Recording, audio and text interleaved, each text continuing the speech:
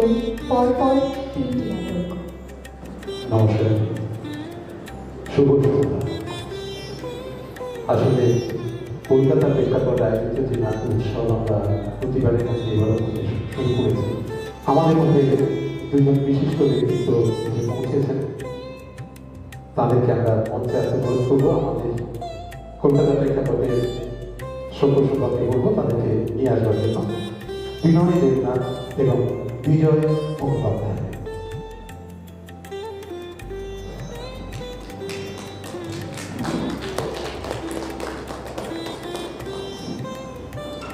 আমাদের বুক ভরা ভালোবাসা আমরা তুলে দেব বিনয় দেবনাথ মহাশয়ের হাতে। দেবে কলকাতা প্রেক্ষাপটের সম্ভার রুমা পাত্র।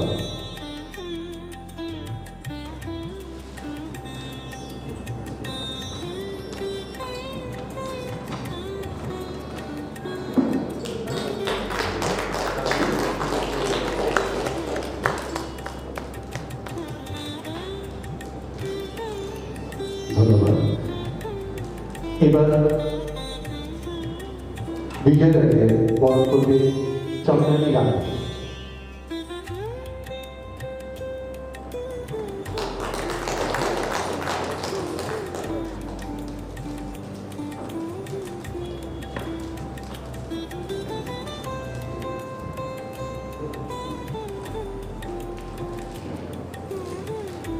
শুরু হয়ে গেছে আমাদের অনুষ্ঠান, কিন্তু একটা মাঙ্গলিক কিছু দরকার হয়, তাই প্রদীপ প্রজ্বলন করবে আমাদের অতিথি। আমরা সেটা বলছি।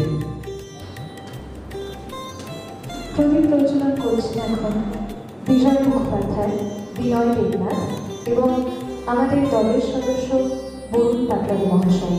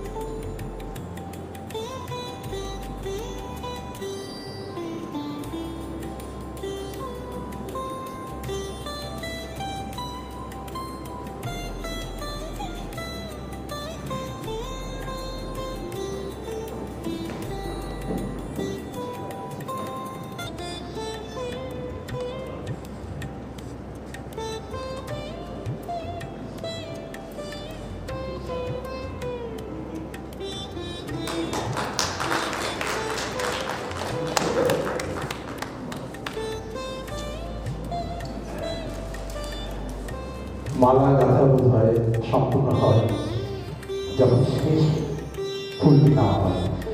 এখন আমি একটু শুনতে চাইবো, বা আমরা শুনতে চাইবো আমাদের অতিথিদের মুখ থেকে দু চার কথা। প্রথমে বিনয় দেবনাথ।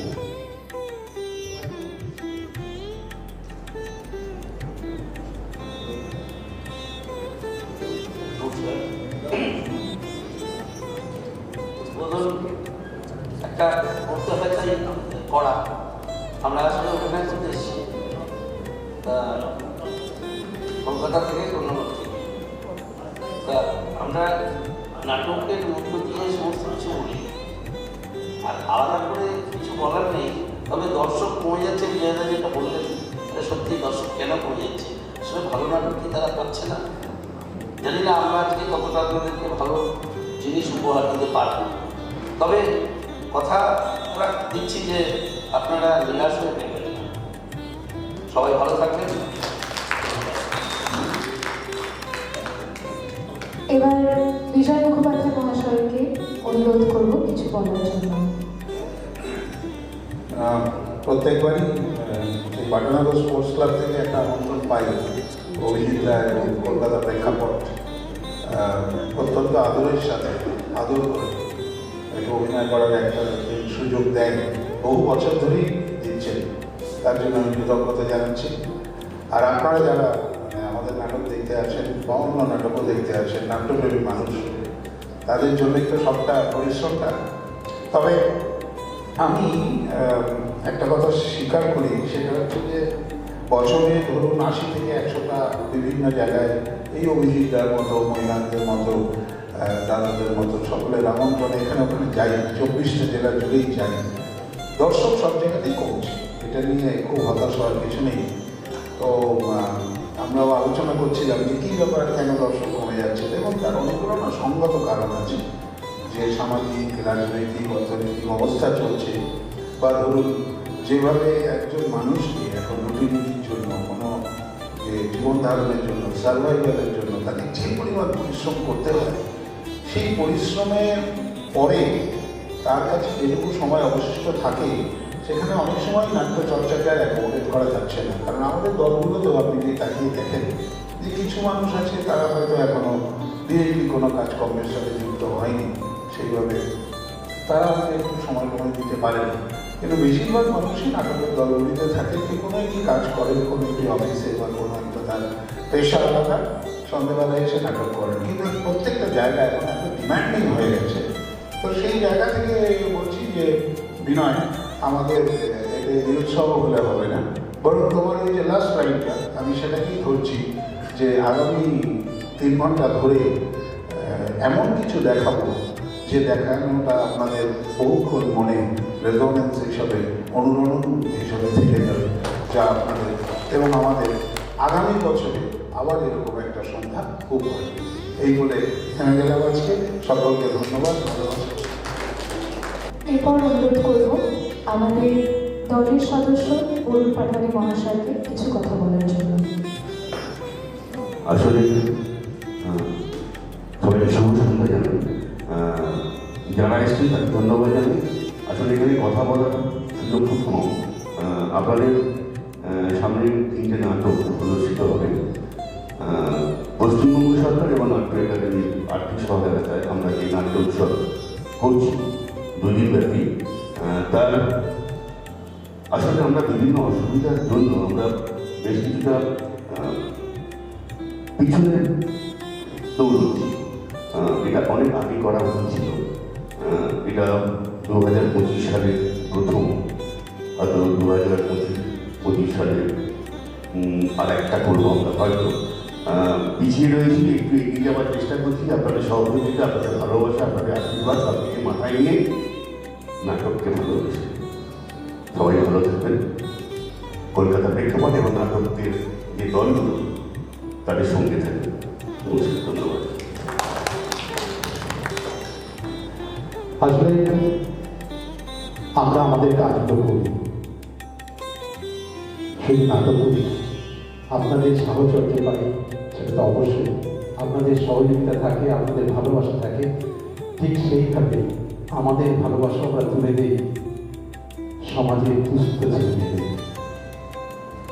তাদের পেন, খাতা, বই যতটুকু আমাদের সামর্থ্য, কলকাতার প্রেক্ষাপটের সামর্থ্য, ঠিক ততটাই আমরা তুলে দিই সেই সমস্ত শিশুদের হাতে। তাই এটা এই বছর নয়, বিগত দিনেও আমরা করেছি এবং কথা দিচ্ছি আপনাদের সহযোগিতা থাকলে আগামী দিনেও আমরা এইভাবে তাদের পাশে দাঁড়াতে পারব। আমি দেখে নেব তুষার দেখে।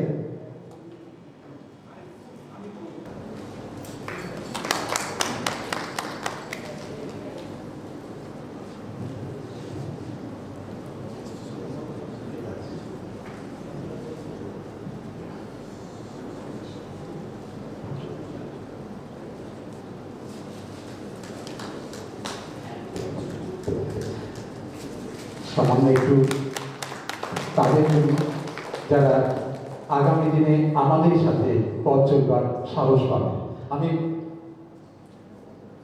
আমি তুষারটাকে 2-4 কথা বলবার জন্য অনুরোধ করব। আমরা খুব একটা বিশাল কিছু করছি না। দীর্ঘ 15-16 বছর ধরে খুব এলাকার ছোট ছোট ছেলেমেয়েদের সাথে থাকছি, তাদের কিছু সুবিধা অসুবিধা আমরা দেখছি এবং চেষ্টা করছি রোজকার কিছু কাজে সাহায্য করতে। আর এই কাজে আপনারা এবং এই যে সংস্থা আজকে আমাদের উপর দিচ্ছে কলকাতা প্রেক্ষাপট, এরকম মানুষদের সাহায্য সহযোগিতাতে আমরা এগিয়ে চলেছি। আশা করছি আগামী দিনে এই সহযোগিতা অব্যাহত থাকবে এবং আমার জায়গায় হয়তো আর কেউ আসবে যারা আপনাদের কাছ থেকে উপহার নেবে, পৌঁছে দেবে যাদের ঠিক সেই প্রয়োজন। আমরা তাই কলকাতার প্রেক্ষাপটকে আমাদের মহেশতলা স্টুডেন্টস ওয়েলফেয়ার সোসাইটির পক্ষ থেকে অভিনন্দন জানাচ্ছি এই কাজের জন্য এবং শুভেচ্ছা জানাচ্ছি আগামী দিনেও যেন এই প্রচেষ্টা বহাল থাকে। ধন্যবাদ দাদা। আজকের দিনের প্রথম নাটক কন্যগর অসমীর ফাতনা। আজকের নাট্য ফাতনা।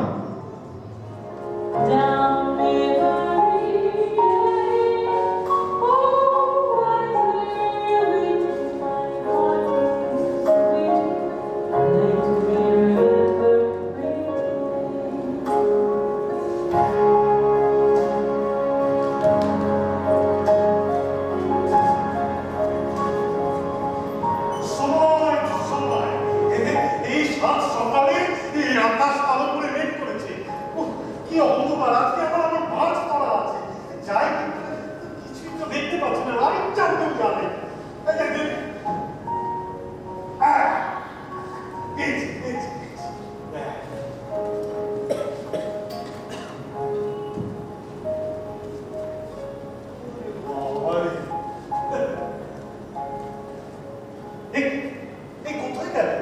এইখানেই তো রেখেছিলাম। আরে গুড়িয়া, গুড়িয়া, গুড়িয়া, আরে সরমা, সরমা, আরে কি হলো, কোথায় গেলে গো?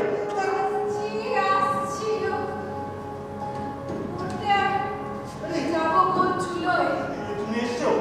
বলছি কি এখানে না আমি একটা কালো প্যাকেট রেখেছিলাম, দেখেছো? না হ্যাঁ না, তোমার ওই ভিঙ্গি মেয়েকে জিজ্ঞাসা করো, সে ঘর ছাড় দিতে গিয়ে হাতে ফেলে দিয়েছে। খুব দরকারি একটা জিনিস ছিল গো।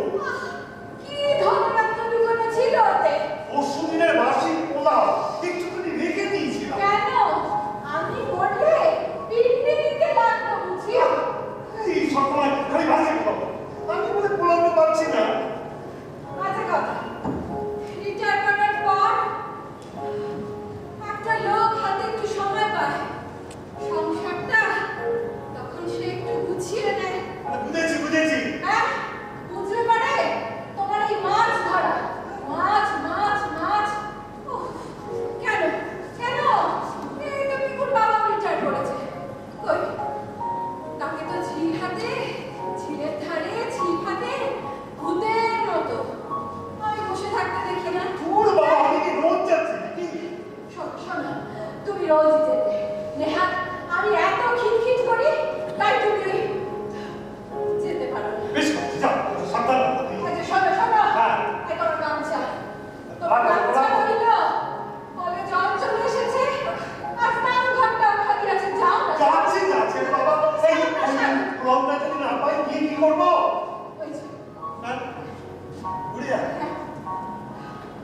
এই গুড়িয়া, এই গুড়িয়া, আরে এই গুড়িয়া। কি হয়েছে? কি বলছো? বলছি তো অনেক কিছু, কিন্তু ওই হাতে মোবাইল আর কানে হেডফোন এসব থাকলে তো তোমাদের কাছে একটা বিশ্বব্রহ্মাণ্ড হবে। পড়ারই শোনা নেই, খালি সময় নষ্ট। ওহ, বাবা, আমি ব্যাপারটা জানা দরকার, কথা বলো। কি? এই নাচটা হ্যাঁ। কাঠের মধ্যে তুলতে হবে, ট্রায়াল আছে। ঠিক আছে ঠিক আছে, ও তুমি যা ভালো মতো করো, ও আমি বারণ করছি না, শুধু বলছি এইখানে আমি একটা খুব গুরুত্বপূর্ণ জিনিস রেখেছিলাম, কিন্তু এখন পাচ্ছি না। কি জিনিস? আরে রাতে এই পোলাওটা, না না প্যাকেট এখানে রেখে আমি ভেতরে ঘরে গেছিলাম, কালকে খবরের কাগজটা রাখবো, এসে দেখি নেই। কালো রঙের প্যাকেট? হ্যাঁ ভালো রঙের প্যাকেট। কেন, তুই দেখেছিস নাকি? জুতো প্যাকেট পাশে। হ্যাঁ, জুতো র্যাকের পাশে।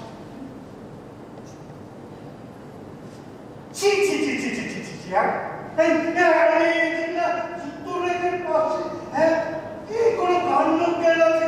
বলি একটা খাবার জিনিস, সেটা কিনা বাবা বাবা বাবা, প্লিজ চিৎকার করো না তো। হ্যাঁ, এইটা কিনা একটা খাবার জিনিস।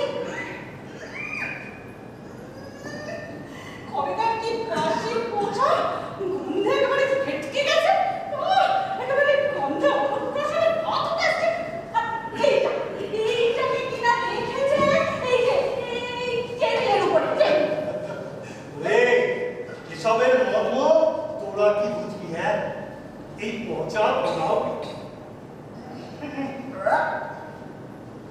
কাঁচা মাছের আদর্শ চা। কদিন ধরে না আমাকে খুব লেগে খেলাচ্ছে। কাছে আসছে, খাই মারছে, কিন্তু ধরা দিচ্ছে না। আজ বেটাকে ধরবই। মুখে আজ অব্দি তেমন কিছু তো দেখতে পেলাম না। হ্যাঁ, এত বড় মিথ্যে কথা বলতে পারবি? আমার চিকেন মাছ করা খাস তবে খেয়েছি তাই এত বড় 20 আউন্স সাইজের 15 গ্রাম ওজন। আর সেই মাছ ধরার জন্য প্রত্যেক রোববার বাড়ি একেবারে হুলুস্থুল। পচা ভাত, পিঁপড়ের ডিম, খোল পচা, সারা বাড়িতে একেবারে পা ফেলার জায়গা নেই। আর আমি আর দিদি ওই নোংরা খেতে খেতে মরি। মাছ ধরা হলো একটা সাধনা। সাধনার সিদ্ধি লাভের তো কোনো লক্ষ্য দেখছি না। নোংরা কাটে সার। ডাক্তার আর পাপাকে বলতে হবে না বলছে। আরে ছাদ থেকে যে জামা কাপড়গুলো নামিয়ে আনতে বলেছিলাম ছাদে গেছিলাম কিন্তু সবকটা জল ঝরে না ধরো বাইরে আকাশের অবস্থা দেখেছিস? যে কোনো সময় বৃষ্টি নামবে। দৌড়ে যা, ছাদ থেকে জামা কাপড়গুলো নিয়ে ব্যাসাতে দড়িতে মেলে দে, দেখবি হাওয়ায় ঠিক শুকিয়ে যাবে। ছুটে যা। এই নান্টু দেখো বাবা এখনো ঘুমোচ্ছে। একটু ডেকে দাওনি? এই নান্টু ওঠ না, অনেক বেলা হয়ে গেছে। দেখো না করেই ওঠে নাকি? এই নান্টু 9টা বেজে গেছে, ওঠ না। উঠছি না, বাবা পুত্র এসেছে। জানিস কাল রাত্রে কখন শুয়েছি? কাল রাতে কখন শুয়েছিস? রাত জাগে ক্লাবে গণেশ পূজার প্যান্ডেল বানালে ঘুমটা আসতো কখন? বল বল সেটা। ও তো ক্লাবের পুজোয় এবার একটা দায়িত্বে আছে। ও হ্যাঁ দায়িত্বে। হ্যাঁ জানো না হ্যাঁ, ও তো সেক্রেটারি হয়েছে। এই গণেশ পুজো। কেন তুমি এটা এমন করে বলছো কেন গো? ও কি সেক্রেটারি হতে পারে না? ওকে এত ছেলের মধ্যে ওকে সেক্রেটারি করেছে মানে ওর তো একটা কিছু নিশ্চয়ই ওর মধ্যে কিছু আছে বাবা। আসলে পুত্র স্নেহে তোমরা মায়েরা এত অল্প হয়ে যাও কি করে আমি জানি। ছেলেটা মাথা উঁচু করে বাঁচবে নাকি পা পিছলে নিচে পড়ে যাবে সে বিষয়ে কিছু না জেনেই একেবারে ধন্য ধন্য করতে হবে। এইসব ছেলেগুলো এই ক্লাব এতে রাত্রিবেলা কি সব নোংরামি হয় সে খবর রাখো। তুমি সব জানো। হ্যাঁ জানি তো। তাই না? হ্যাঁ সব জানতা গামছাওয়ালা, সব জানতা গামছাওয়ালা।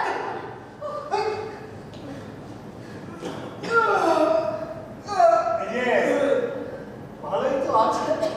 হ্যাঁ? বাপের হোটেল থাকা খাওয়া ফ্রি, তাই তো? হতচ্ছাড়া। মা দেখো তো সকাল করে না, না আমি খেতে পারি না। কলেজে পড়া একটা ছেলে সে কি করে বেলা 9টা অবধি ঘুমোতে পারে আমাকে একটু বল। না বল তুমি। কারণ আমি 9টা পর্যন্ত ভ্রমণটা করতে রাখি। নান্টু কার সাথে কিভাবে কথা বলা উচিত সেটা ভুলে গেলি নাকি? যা বাথরুমে যা, ঠিকই যা।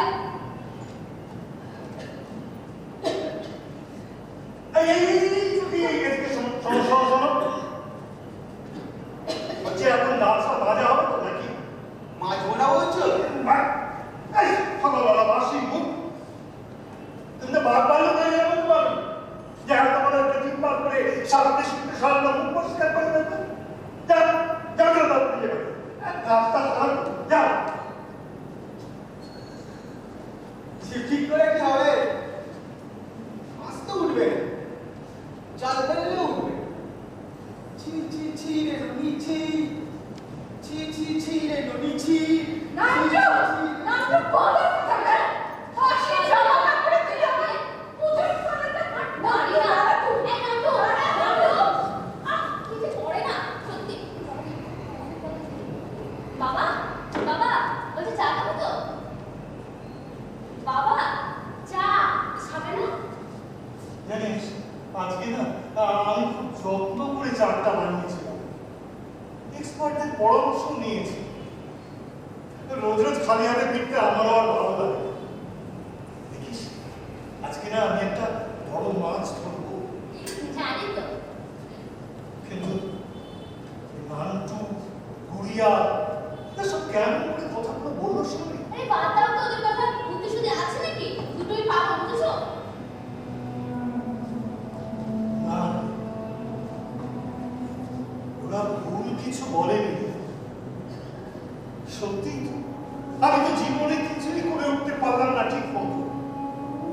এই তোর মার কথাটাই ভাব, চেষ্টার তো কোনো ত্রুটি করিনি। যা বলেছে তাই করেছে, হোমিওপ্যাথি অ্যালোপ্যাথি যেখানে বলেছে সেখানে গেছি। আমার নিজের সেভিংস নেই, ব্যাংক থেকে টাকা ধার করে এমনকি তোদের ভবিষ্যতের কথাটা না ভেবেও, অথচ কি হচ্ছে? বাবা, বাবা এভাবে বলছো কেন? আমি তো জানি বাবা, আমি তো দেখতে পাচ্ছি যে তুমি কিভাবে দাঁতে দাঁত চেপে লড়াইটা করে চলেছো। কিন্তু ক্যান্সার তো সহজাসক নয় বাবা। তবুও তো সাড়ে কত জনে তোর মার কেন সারছে না বলেনি? আমাদের দ্বিতীয় পরিচয় বারাসাত অনুশীলনী ধর্মনগর। নমস্কার, উপস্থিত ভদ্র মহোদয় ও ভদ্র মহিলাগণ, আজকের দিনটি আমাদের কাছে অত্যন্ত আনন্দের, একই সঙ্গে বেদনা।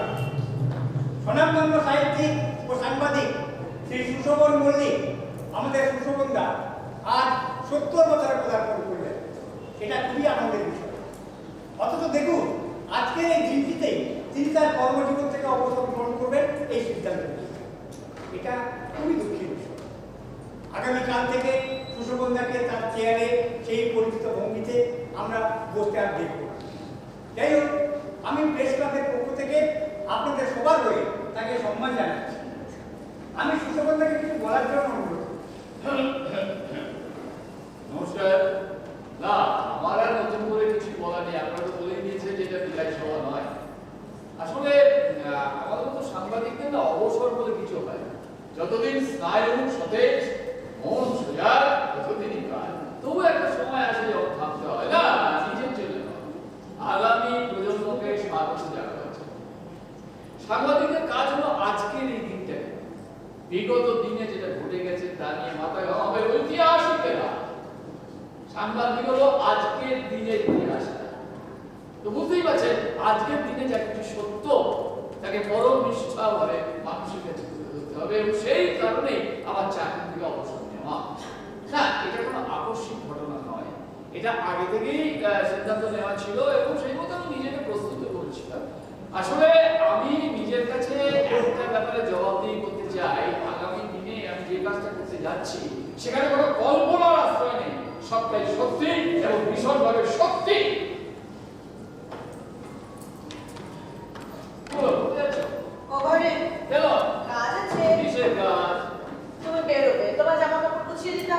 আমি যে কাজটা করতে যাচ্ছি এই ব্যাপারে তোমার কোনো মতামত জানাবো না? আমার মতামতের উপর তো সেটা নির্ভর করছে না। আচ্ছা, তার মানে আমি যে এই যে অবসর নেবো, এরপরে আমি লেখালেখি শুরু করবো, এই ব্যাপারে তোমার কিছু যায় আসে না? তোমার দেরি হয়ে যাবে না, একদিন কিন্তু তুমি আমাকে বলেছিলে, তুমি বলেছিলে যে সাংবাদিকরা কেন নিচে ওই গল্প উপন্যাস লিখে সময় নষ্ট করবে, তাদের এমন একটা কিছু লেখা উচিত যেটা তাদের জীবন থেকে উঠে আসে। জীবন তুমি বলছিলে। আমি কি তোমাকে কিছু বলেছি? আরে সব কথা কি মুখ দিয়ে বলতে হয়? তোমার চোখের ভাষা সব কিছু বলে দেয়। জানি না বাবা, এমনি আচ্ছা শুনবি, আমার সঙ্গে এতগুলো বছর সহবাস করবার পরে তুমি বুঝলে না যে সাংবাদিকদের জীবনে জাস্ট এমনি বলে কিছু হয় না? সুন্দর বললে তো কথাটা। সংসার না, সহবাস। Don't try to be too sentimental. আচ্ছা, সংসার বলতে আমরা যেটা বুঝি সেটা সহবাস ছাড়া কি বলবো? এই যে আমি তোমাকে বিবাহ করেছি, এটা তো একটা সামাজিক চুক্তি মাত্র। চুক্তি? চুক্তি ঠিক বলেছো। আমরা বিয়ে করলাম, আমি তোমার ঘর দেখব, একদম। তুমি আমাকে গাড়ি গয়না দেবে, একদম। আমি তোমাকে সন্তান দেব। ওকে। তারপর তুমি সেই সন্তানকে জীবনে উন্নতি করতে শেখাবে, তাকে বিদেশে পাঠাবে। আর আমি সেই প্রথম বিয়ের মতো একা তোমার ঘর দেখেই যাব। অথচ তুমি আমাকে কথা দিয়েছিলে আমাদের 30 বছরের দাম্পত্য, সরি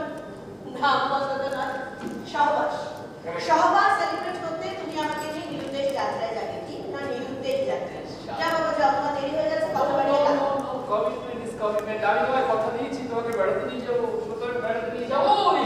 কালকে সকালবেলা গাড়ি ট্যাঙ্ক লোড করে আমরা বেরিয়ে পড়বো। কোথায় যাচ্ছি জানি না, নিরুদ্দেশ যাত্রা।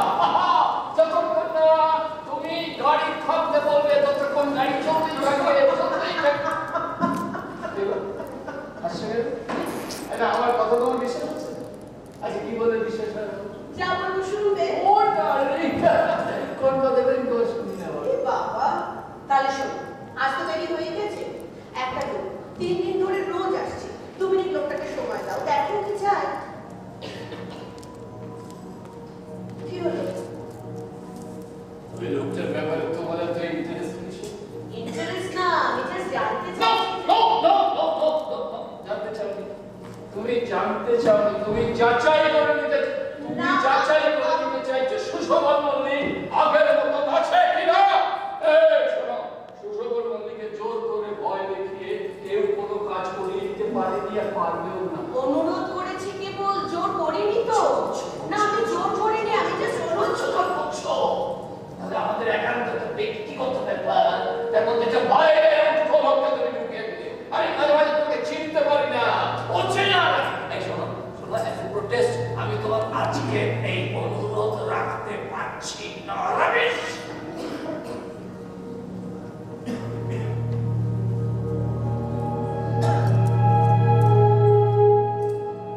সুভদ্রা, সুভদ্রা, এক ভদ্রলোক বাইরে অপেক্ষা করছেন, ওনাকে ভেতরে আসতে বলতো।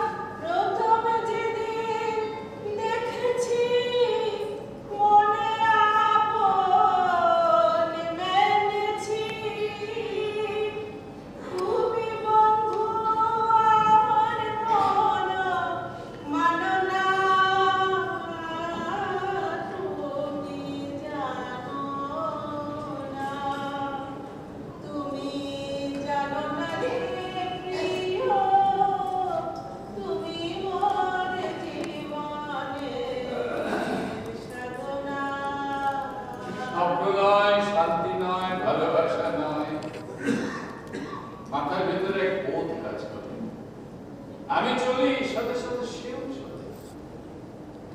আমি থামি, সাথে সাথে সেও থেমে যায়।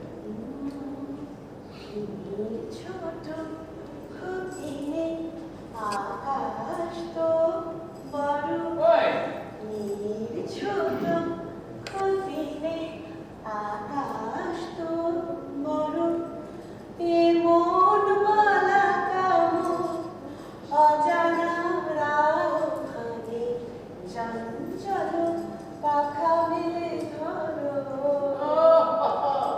নীল ছোট খুঁজিনে আকাশ তো বড়। এই ছেলেটা কেমন লাগছে? তাহলে আপাতত এখানে সেটা নেই। আপাতত কেন? তুই সারা জীবন এখানে কাটিয়ে দেবে নাকি? আমার শরীর শুয়ে যাবে। বাপরে বাবা, এরকম বহু নির্জনতা। নির্জনতা? কলকাতার 4000 স্কয়ার ফিট ফ্ল্যাটের নির্জনতা এর চেয়ে কিছু কম বলো। না না, আমার কলকাতার পোলাও আমার খুব ভালো লাগে। এরকম একটা নির্জন জায়গায় আমার কিন্তু মনে হচ্ছে আমার শ্বাস আটকে যাবে, আমার মনে হচ্ছে কানের পর্দা ফেটে যাবে। আমার খুব ভয়। এখন এইসব কথা বলছো? আমার মনে হচ্ছে। আর ভোরবেলা গাড়িতে উঠে জড়িয়ে ধরে আমাকে কি বলেছিলে? জড়িয়ে ধরেছিলাম, কিন্তু কি বলেছিলাম ভুলে গেছি। বলেছিলে শুধু কাজ আর কাজ। আর গত কয়েকদিন শুভেচ্ছা অভিনন্দনের বার্তায় ভাসতে ভাসতে তুমি একদম ক্লান্ত। তাই আগামী কয়েকটা দিন তুমি শুধু আমাকে নিয়ে নির্জন স্তব্ধতায় কাটাতে চাও বলেছিলে। বলেছিলে তো? আশ্চর্য তোমাদের সাংবাদিকদেরই স্বভাবটা।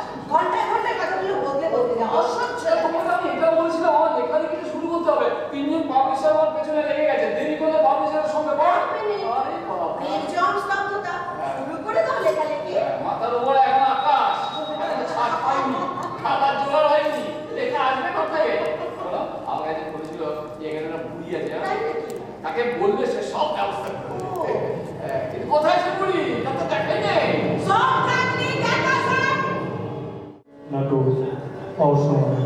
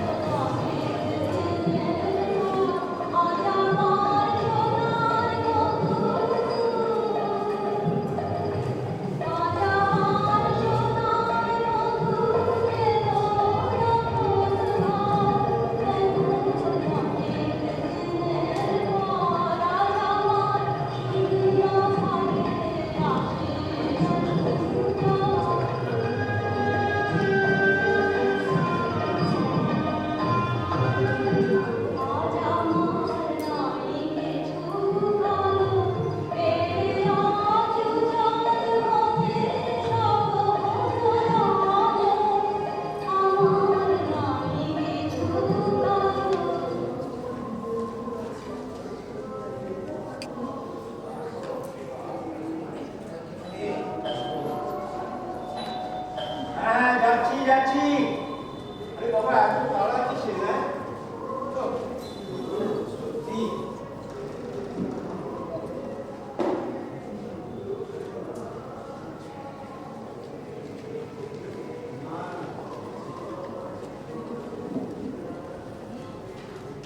গ্যাসের তো আবার বাড়লো, সেই নিয়ে বছরে 3 বার।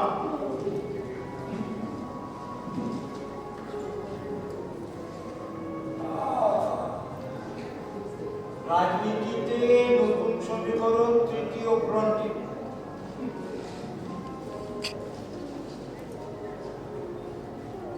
বিদেশের বাজারে চাকরি রাখা,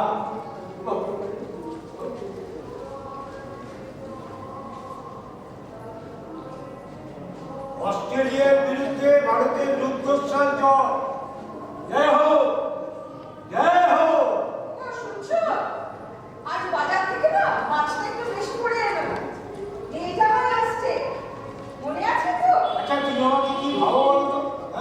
হ্যাঁ মাঝে মাঝে আমি অনেক কথা ভুলে যাই, এটা ঠিক, কিন্তু সব কিছু ভুলে যাবো তাও আমার মেয়ে আছে।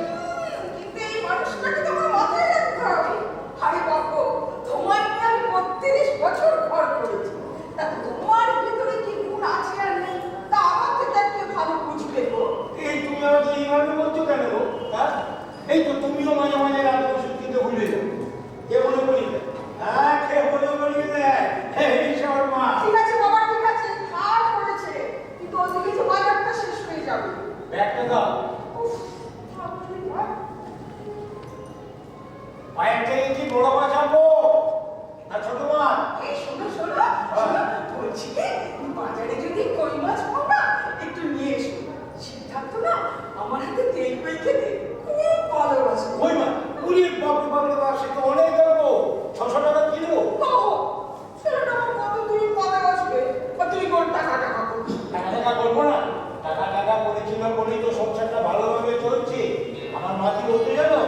আমার মা বলতো বল বল অর্থ বল আর বাবু বল। বুঝলাম গো, এবার তুমি ইতিহাসের পাতা খুলে বসবে আর এদিকে বাজারটাও আমার শেষ হয়ে যাবে। মানি ব্যাগটা দাও।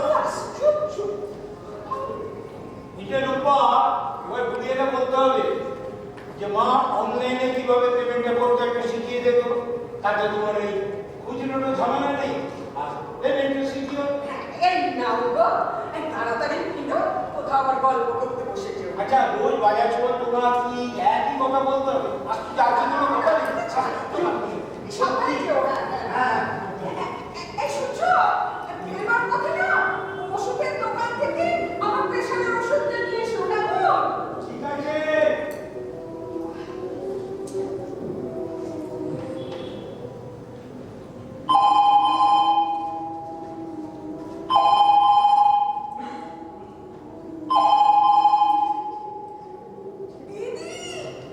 আরে বলুন বলুন, কেমন আছেন? ভালো আছেন তো? হ্যাঁ, খুব ভালো আছি গো। এই সবে ওদের ফ্লাইটে তুলে দিয়ে বাড়িতে এলাম। তা তোমরা কেমন আছো রূপা?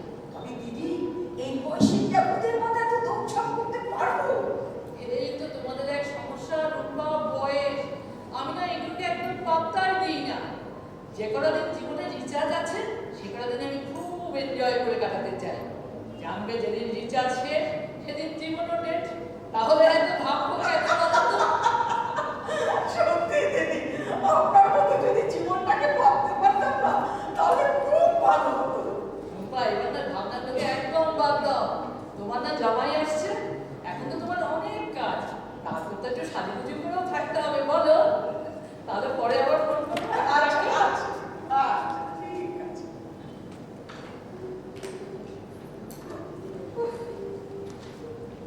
কি সুন্দর জীবনটাকে মানিয়ে নিয়েছে না বাবা।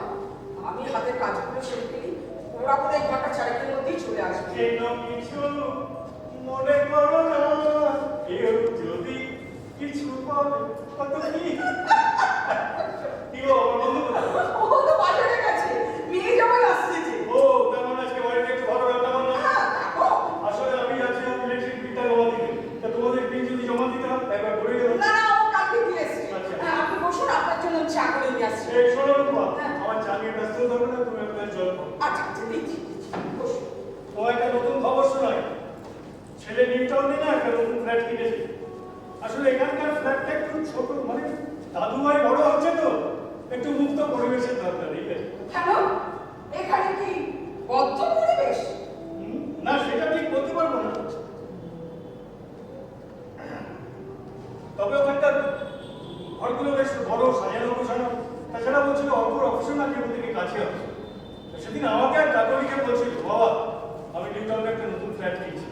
আমি অবাক করি, আরে যে যেখানে থাকে ভালোভাবে থাকতে পারে থাকুক না, আমরা পুরোপুরি ঠিক চালিয়ে নিই। কি বলো, পারবো না?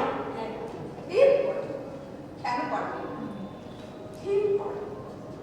অধিপদা, ভালো কথা, আপনার বন্ধু বলছিল ওনাকে এবার স্কুটি চালানো শিখে নেবে। এই তুমি ওর সব ফালতু কথায় কান দিও না।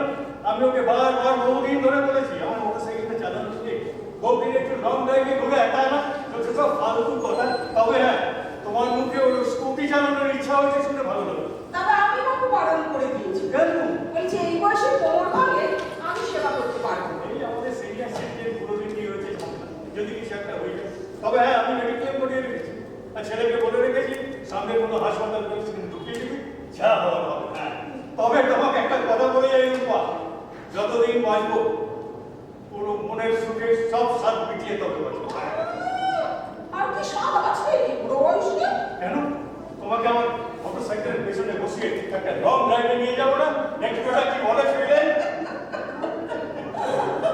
সত্যি আমরা না বড্ড বেশি আপনাকে চাই, আর যতই আপনাকে চাই ততই একা একা খুব কষ্ট হয়। জানেন বিপদা, সেদিন অনু বলছিল মা সারা পৃথিবী পাল্টাচ্ছে, পাল্টাচ্ছে সময়, এই সময় আমাদের থমকে থাকলে চলে? সময় গতিময়, সময় নিয়ে সময় নষ্ট করা। পৃথিবী রোজ যেভাবে এগিয়ে যাচ্ছে, ওরা যদি সেভাবে নিজেদের পাল্টাতে না পারে তাহলে কেটিআর থেকে 10 বছর ভেঙে চলে যাবে। বুঝি গো, সব বুঝি। তবু না মাঝে মধ্যে ছেলে মেয়েদের কাছে নিতে ইচ্ছে করে। মনে হয় বুকের ভেতর চাপকে ধরে আমি কোথাও কাঁদি, কিন্তু দেখুন সেইটুকু সময় ছেলে মেয়েদের কাছে নেই। আমারটা তো বাদে দিন, সে তো এখানে থাকবে না। জানেন বিপদা, অনু আসছে বলে আমার কত সেটি আনন্দ, তার চোখটা আমার পাল্টে গেছে। আমরা বাঙালিরা আমাদের সব সময় মাথায় কাজ করে ইমোশন, আর আমরা সেটাকে কিছুতেই ত্যাগ করতে পারি না। সত্যি এটাকে যদি ত্যাগ করতে পারতাম তাহলে আমাদের মতো এত ছেলে মানুষই থাকতো না। তোমাকে লং ড্রাইভে নিয়ে যাবো বলে বলেছি, তাই এই কথাটা বলে পৌঁছা দিতে, তাই না? শুনুন না, আমি না সেজে গুজে থাকবো, আপনি আপনার গাড়িটা নিয়ে আসবেন, পেছনে বসে সোজা ভিক্টোরিয়া যখন নিয়ে আসবেন। ঠিক কথা দিন। বাবা কথা দিন। দেখো বেটা এবার শুনলেন কি বলে, ওকে কত করে বললাম ওরে আমার মোটর সাইকেলটা চালানো শেখে একটু লং ড্রাইভে নিয়ে যা, তা না? আরে পৃথিবী কিভাবে বদলে যাচ্ছে দেখছিস, একটা ভাঙা সাইকেল নিয়ে ঘুরে বেড়াচ্ছিস। এই বাচ্চা বাচ্চা ছেলেগুলোকে দেখতো পাক পাক পাক করছে আর চোঁচো করে বেরিয়ে পাখি খবর মানে কমদাসী মেডিক্লেম দিদি বাবা দিদি হয়ে গেছে।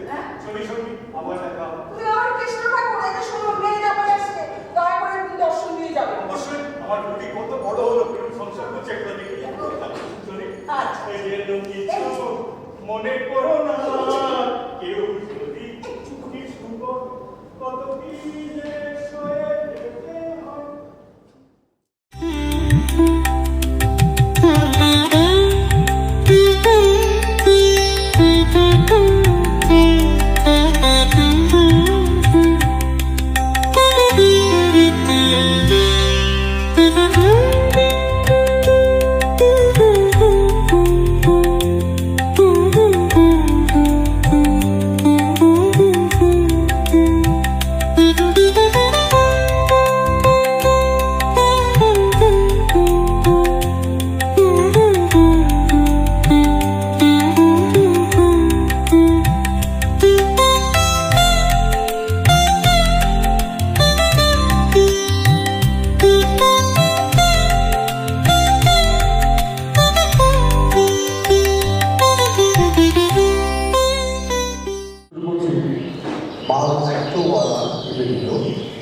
আমাদের আজকের নাটক পাঁচও এক।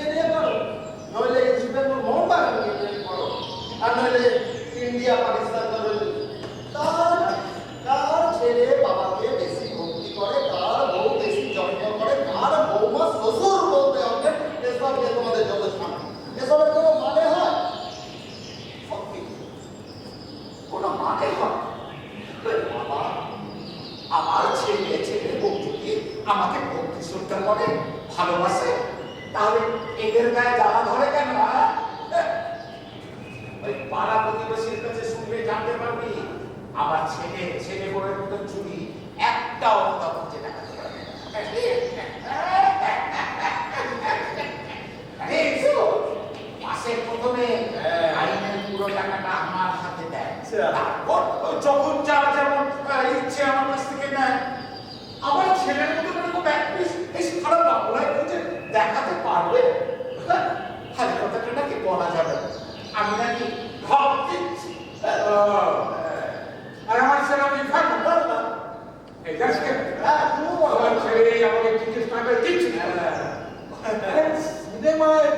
যায় হ্যাঁ আজকালকার দিনে আমার ছেলের কথা আসে বলতে একটাও নেই তার আমার স্ত্রী কেউ বিশেষ করে আমার সুবিধে অসুবিধে সব ঠিক করে তোর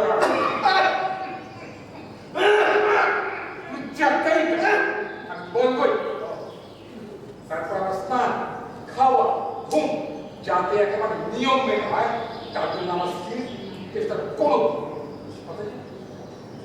অথচ সেটা বলা যাবে না বুঝেছি সেটা বলা যাবে না সেটাকে বাড়িয়ে দেখতে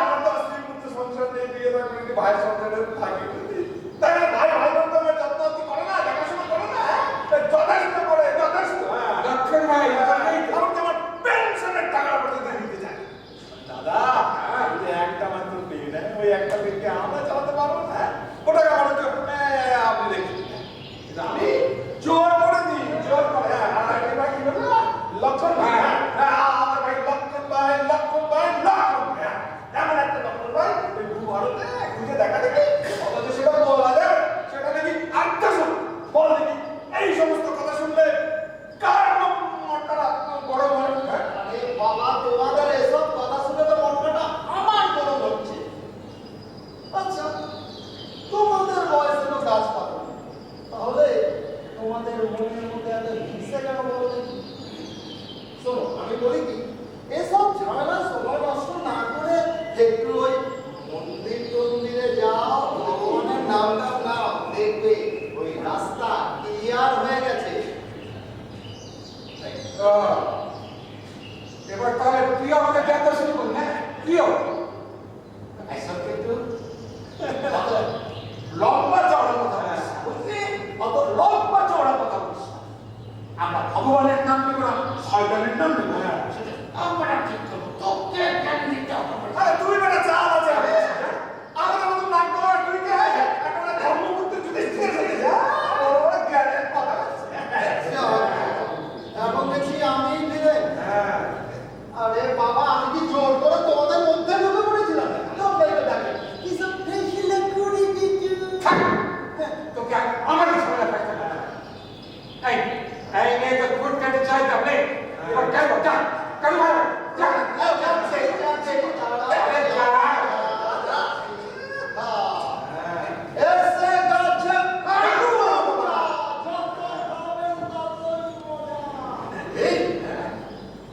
আমাদের একশো টাকা করে দিন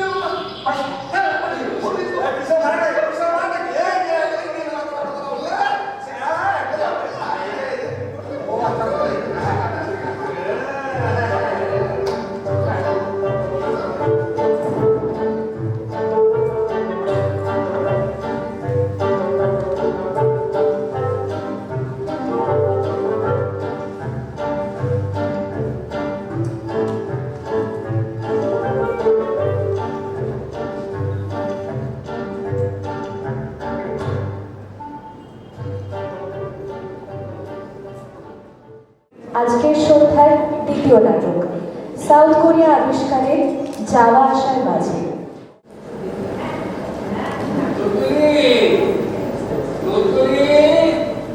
কোথায় গেলি রে? আরে আয় আয় আয়। কি হলো? তোমার কাঠবিড়ালি দেখা পাচ্ছে না? দেখো না সাত সকালবেলা যে কোথায় চলে গেল। সে তো আর তোমার মতো নয়। সেই যে 20 বছর আগে ঘরটার ভিতর ঢুকেছ, একদিনের জন্য হলে ঘরটার বাইরে বার। ঈশ্বরের এত বড় পৃথিবীতে কত জায়গা থেকে তার নিয়ন্ত্রণ আসে। ভোরের আলো ফুটলো, তোর কাজ শুরু হয়ে গেল।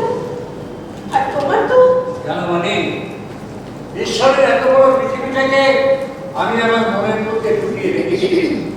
আবার এই বিষয়ে ঘরে বসে গঙ্গা পদ্মা গোদাবরীতে জোয়ার ভাটা আসে আর যায়। যাক তুমি আমাকে বলতে এসেছ যে কথাটা বলতে এসেছি সেটা পরে বললেও চলবে।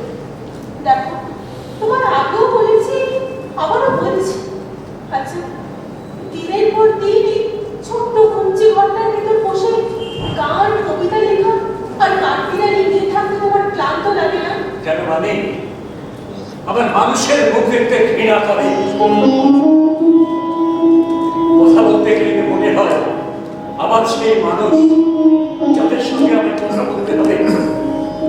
তুমি ভীরু, তুমি অন্য মানুষের ভয় লুকিয়ে নিজেকে কুচি ঘরটার ভিতর আটকে রেখেছো। তুমি নিজের বিবেকের কাছ থেকে নিজেকে লুকিয়ে রাখার চেষ্টা করছো। এসে আমার কথা উড়িয়ে দিতেই পারো, তবে আমি যা বললাম। কেন মানে নদীর জন্ম হয় পর্বতের গুহা থেকে, সে বিভিন্ন দেশের উপর দিয়ে প্রবাহিত হয় বিভিন্ন নামে। তাতে কি নদীর পথ চলা বন্ধ হয়? তুমি আমাকে যা খুশি আঘাত দিতে পারো না, আলো কি তুমি আমাকে 4 দেওয়ালের বাইরে নিয়ে যেতে পারবে? হ্যাঁ, আমি তোমাকে যেটা বলতে এসেছি, দেখো মিতার বিয়ের পাকা কথা বলতে চলো, আর ছেলের বাড়ির লোক পাকা কথা বলতে আসলে মেয়ের বাবার সাথে কথা বলতে চাই। মেয়ের বাবা যখন বেঁচে আছে। আমি কি বেঁচে আছি? মরতে ভয় পাই তাই টিকে আছি। এটাকে কি বেঁচে থাকা বলে? কেন এসব কথা বলছো? আচ্ছা, সংসারের অন্য কোনো কাজে তো আমি তোমায় ডাকি না, কিন্তু এই ক্ষেত্রে তুমি না থাকলে আমি তো থেকেও নেই, মানে মরার মতো করে বেঁচে আছি। ঠিক আছে, মিতার হবু শ্বশুরের তাকে বলো যে মিতার বাবা পাগল। তাতেও যদি না হয় তাহলে বলো যে মিতার বাবা তোমার সাথে কথায় পারবো চাই। ঠিক আছে, ঠিক আছে, আমি কুশলকে বলি, ও যা ভালো বুঝবে করুক। কি কপাল করেছে জন্মেছিলাম। মানে আসলে এমন থমথমে মুখ নিয়ে ঘর থেকে যেও না। জানতো একটা প্রবাদ আছে, প্রভাতের মেঘ হয় দেখায় কিন্তু তাতে দৃষ্টি পায় না। তুলতুলি, তুলতুলি, কোথায় গেলি রে? আরে আয় আয় আয়। এই তো তোমাদের সুবিধে। তোমরা খুব ভালো মতোই জানো আমরা মেয়েরা কাঁদতে পারি, কিন্তু তোমাদের ওপর না রাখতে পারি না।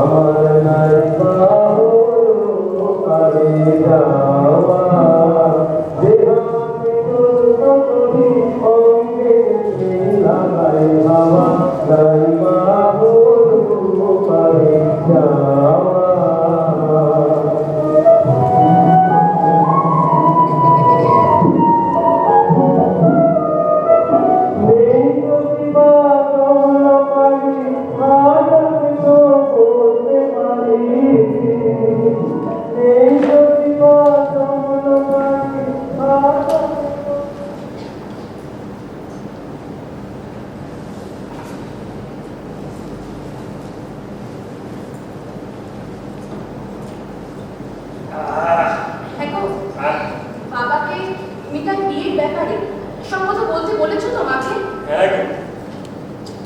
আমার মনে হয় বাবাকে না ওই ঘর থেকে নামানো যাবে না। আমি প্রথমেই বলেছিলাম মিতার হবু শ্বশুর বাড়িতে বাবার ব্যাপারটা পরিষ্কার জানিয়ে দিতে, তাহলে যদি কথা কেটে যেত গোটা পরিবারটাকে তো আর অশান্তিতে পড়তে হতো না। না বুঝে কথা বলা তোমার একটা অভ্যেসে যায়। আচ্ছা, আমরা জানি বাবা কেন ঘর থেকে বেরোচ্ছে, কিন্তু এই কথা বাইরের লোক শুনলে বলবে এই কাজ পাগল ছাড়া আর কেউ করে। 20 বছর ধরে একটা মানুষ ওই ঘরটাতে বাস করছে, সেখান থেকে কেউ তাকে বার করতে পারলো না। কি না উনি আঘাত পেয়েছে, এর থেকে অনেক বেশি আঘাত পাওয়া মানুষ আমি দেখেছি। তোমাদের বাবাকে না ডাক্তার দেখানো উচিত। এসব তুমি অযথা চেঁচাচ্ছ, চেঁচিয়ে কি হবে? সত্যি কথা বললে তোমাদের কাছে তো চেঁচানোই হয়। আচ্ছা, তোমার মনে নেই যে এই না আমার বাবা আমাদের বিয়ের ব্যাপারে কথা বলতে এসেছিলেন? না, আমার মনে নেই। তা থাকবে কেন? তোমার বাবা মুখের ওপর দরজা বন্ধ করে ভাবো তো, আমার বাবা যদি মনে পক্ষ না হতেন, কি হতো? আমাদের বিয়েটা হতো এই। বৌমা, গীতাকে দেখছি না, ও কি কোথাও গেছে? ওর বন্ধু স্বপ্নের বাড়ি গেছে। মা, হ্যাঁ তার বিয়ে নিয়ে বাবাকে সব কথা বলেছো? হ্যাঁ, এরপর এটা জিজ্ঞেস করবি তো যে বাবা কি বললেন, বাবা কি কি করবে? সেটাই তো স্বাভাবিক না। মিতার হবু শ্বশুর বাড়ি থেকে মিতাকে দেখতে আসছে। এখানে এখানে বাবার উপস্থিতি কতটা জরুরি তা তুমি বোঝাতে পেরেছো বাবা? তোরা কেন আমাকে এত কথা জিজ্ঞেস করছিস? মা, আমাকে জিজ্ঞেস করা আর একটা দেওয়ালকে জিজ্ঞেস করা তো একই ব্যাপার। 20টা বছর ধরে তো কম চেষ্টা করিনি ওই মানুষটাকে ওই ঘরটা থেকে বাইরে বার করে আনবার। জানলার সামনে ওই কৃষ্ণচূড়া গাছটা যদি না থাকতো, মানুষটা হয়তো কথাটাও বলা বন্ধ করে দিতে। মা, ছেলের বাড়ি থেকে লোক আসছে, বিয়ের জন্য কাকা কথা বলছে। বাবাকে জানানোর পর বাবা কি বললেন? 20 বছর ধরে যে কথাটা বলে এসেছেন তাই বললেন। তিনি মিতার শ্বশুর বাড়িতে জানিয়ে দিতে বললেন মেয়ের বাবা মরে বেঁচে আছে। আমি এবারই বউ, তাই কথাটা বলা হয়তো ঠিক হবে না, তবু বলছি। আচ্ছা মা, বাবা কি বরাবরই এইভাবেই থাকতে ভালোবাসে? কি বলছো? বাবার হাসি না ওই পাড়ার মোড় পর্যন্ত শোনা যেত। বাবা আমাদের ঠাট্টা করে বলতো, হ্যাঁ রে তোরা কি রামগোড়ের ছানা নাকি? তাহলে আজ? আচ্ছা তোমার মনে আছে না বাবা আমাদের বলতে, হ্যাঁ রে তোরাই আমাদের আর আমি হলাম লতানি গাছ, তোদেরকে অবলম্বন করেই না আমি ওই আকাশ। সেই বাবার এরকম কেন হলো মা? আপনার ছেলেকে বহুবার জিজ্ঞেস করেও সঠিক উত্তর আমি পাইনি। আপনার কথা বলে এড়িয়ে যায়। মিতা এলে ওকে আমার কাছে পাঠিয়ে। মা, আপনি এভাবে চলে যাচ্ছেন, আমি কি আপনাকে? তোমাকে আমি সব কথা বলবো, তুমি চুপ করবে। একটা কথা কিন্তু ভুলে যাও, তোমাদের বাবার কিন্তু খুব সজাগ কারণ।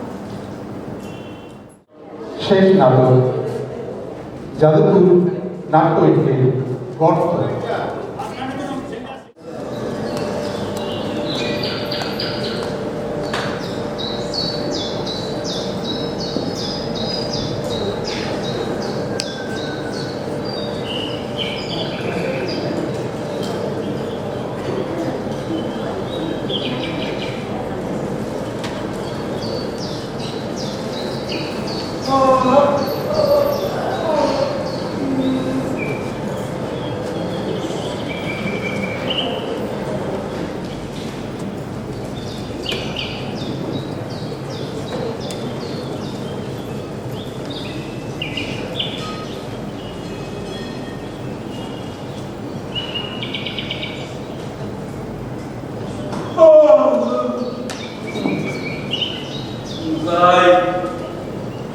পাখির ওদিকে একটা আকাল দিয়ে আসে।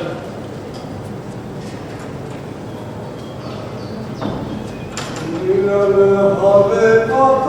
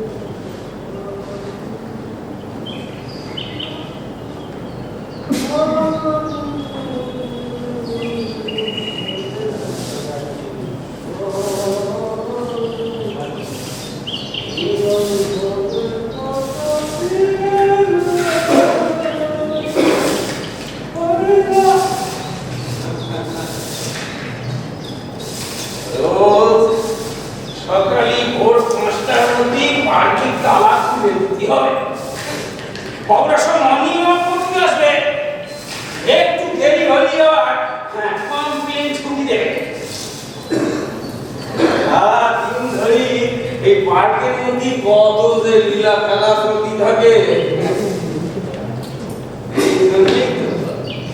সন্ধ্যে 6টা বাজলে পার্কের দরজা গভর্নমেন্টের অর্ডার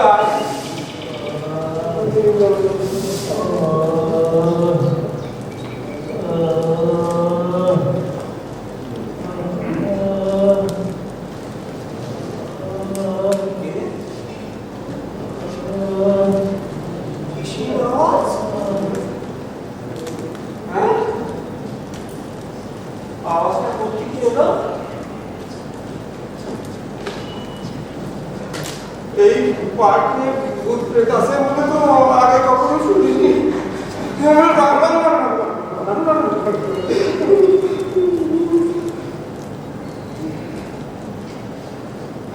আমি অবশ্যই এই ভূত প্রেতের ভয় পাইনি।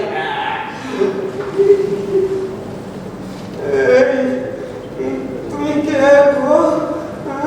আমি মানুষ। আমি মানুষ? এই তুই পার্কের ভেতরে ঢুকলি কেমন করে? হ্যাঁ, কাল সন্ধ্যেবেলা আমি নিজে হাতে তালা লাগিয়ে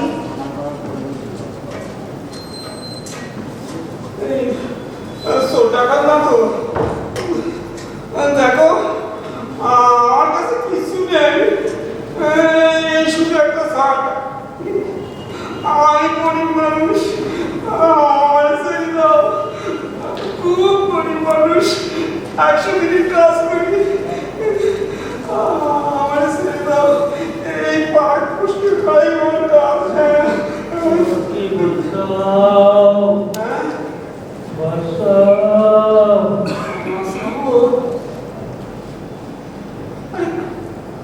কারে বসাবো?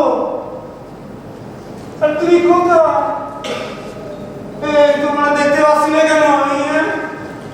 তুমি কোথায় বলো তো?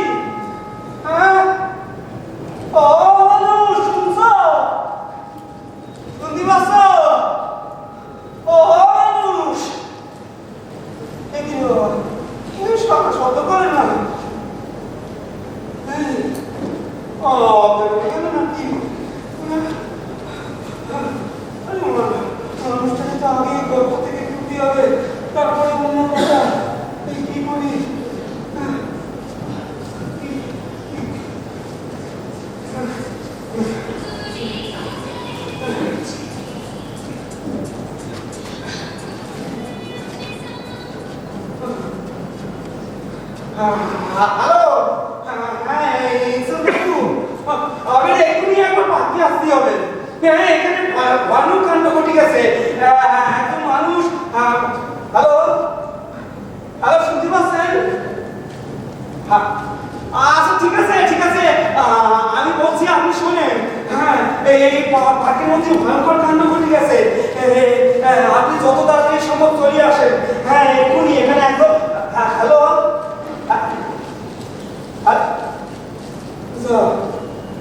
এই কেটে গেল, কি করি এখন?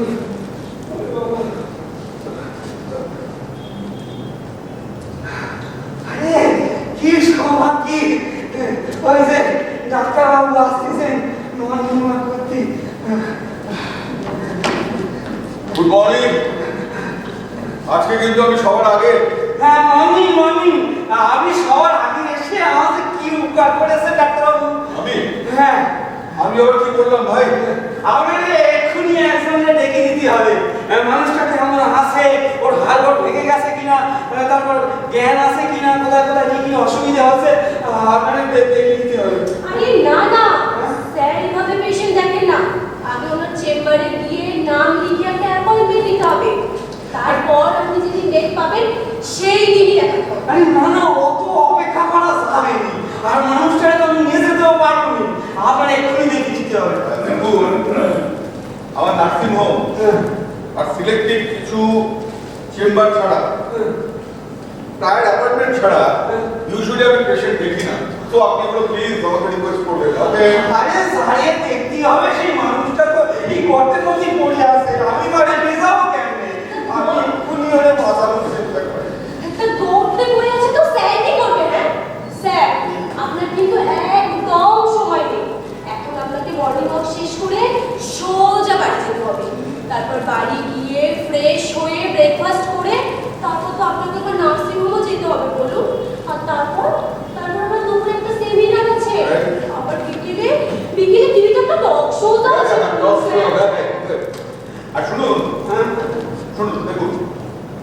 করে বললেই না পেশেন্টকে বাঁচানো যায় না। কতগুলো কন্ডিশনের উপর ডিপেন্ড করে পেশেন্ট বাঁচবে কি মরবে, রাইট? কিসের উপর? ধরুন পেশেন্টের কত টাকা মেডিক্লেম আছে, তারপর পেশেন্ট কি ধরনের নার্সিং হোম এফোর্ড করতে পারবে, এই নার্সিং হোমে বেড খালি আছে কিনা, আমার বেড আছে খালি আছে কিনা, তারপর ধরুন সারা বছর বিভিন্ন ওষুধ কোম্পানিগুলো থেকে আমরা যেগুলো পেয়ে থাকি আর কি, এই ওষুধ কোম্পানির ওষুধের সাথে পেশেন্টের কম্পোজিশন ম্যাচ করছে কিনা, এইগুলো সব কিছুর উপর ডিপেন্ড করে আজকাল বোঝা যায় যে পেশেন্ট বাঁচবে কি মরবে, তাই? আপনি এগুলি কিছু একটা ব্যবস্থা করেন যাতে মানুষ ঠিক আছে দাদা স্যার, আমি না একটা কাজ করি বুঝলেন তো? আমাদের স্টুডেন্টকে খবর করে দিচ্ছি, ওরা এসে ওনাকে তুলে নিয়ে গিয়ে আপনার নার্সিংহোমে ভর্তি করিয়ে দেবে। আপনি আপাতত বেশি না 1 লক্ষ টাকা মতো জমা করুন, বাকিটা আপনি আমার হাতে ছেড়ে দিন। আমি তো 100 দিনের কাজ করছি, ও ডাক্তার বাবু আপনি কিছু একটা ব্যবস্থা করেন। আপনার টাকা নিয়ে তো আমি কি ব্যবস্থা করবো? শুনুন, এটা একটা নোবেল প্রফেশন, হ্যাঁ, সব কিছুর একটা ডিসিপ্লিন আছে। এই প্রফেশনে আমি দেশ বিদেশ অনেক জায়গায় ঘুরে বেরিয়েছি। একটা কথা মনে রাখবেন, আমি একজন ডক্টর, কোনো আলু পটলওয়ালা নই যেখানে সেখানে মাল পেতে বিক্রি করে দিলাম আর হয়ে গেল ব্যাস। ঠিকই বলেছেন, আসলে ওই আলু পটল ওয়ালাদের জিনিস ভালো মন্দ তারপর ওজনে আমি ঠিক দিল কিনা দেখে বাছাই করে নেওয়া যায়, কিন্তু আপনাদের চিকিৎসা তো আর যাচাই করে নেওয়া যায় না। আপনারা বললেন আমাদের কাছে ভগবান নাকি কেউ যাচাই করে, বিশেষ করে দেখেন সেই বিশেষ আরো ভেঙে আছে। চলো কি আমার ডাক্তারবাবু শোনেন, আরে মানুষটা ও ডাক্তার, ও ডাক্তার, ও ডাক্তার।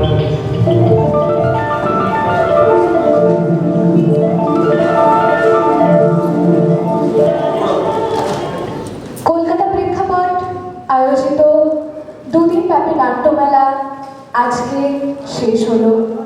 আপনাদেরকে 2 দিন আমাদের পাশে পেয়ে আমরা আপ্লুত। আশা করছি পরের বার যখন আমরা এরকম নাট্যমেলা করবো আপনাদেরকে আবারও আমাদের সাথে পাবো। শুভরাত্রি।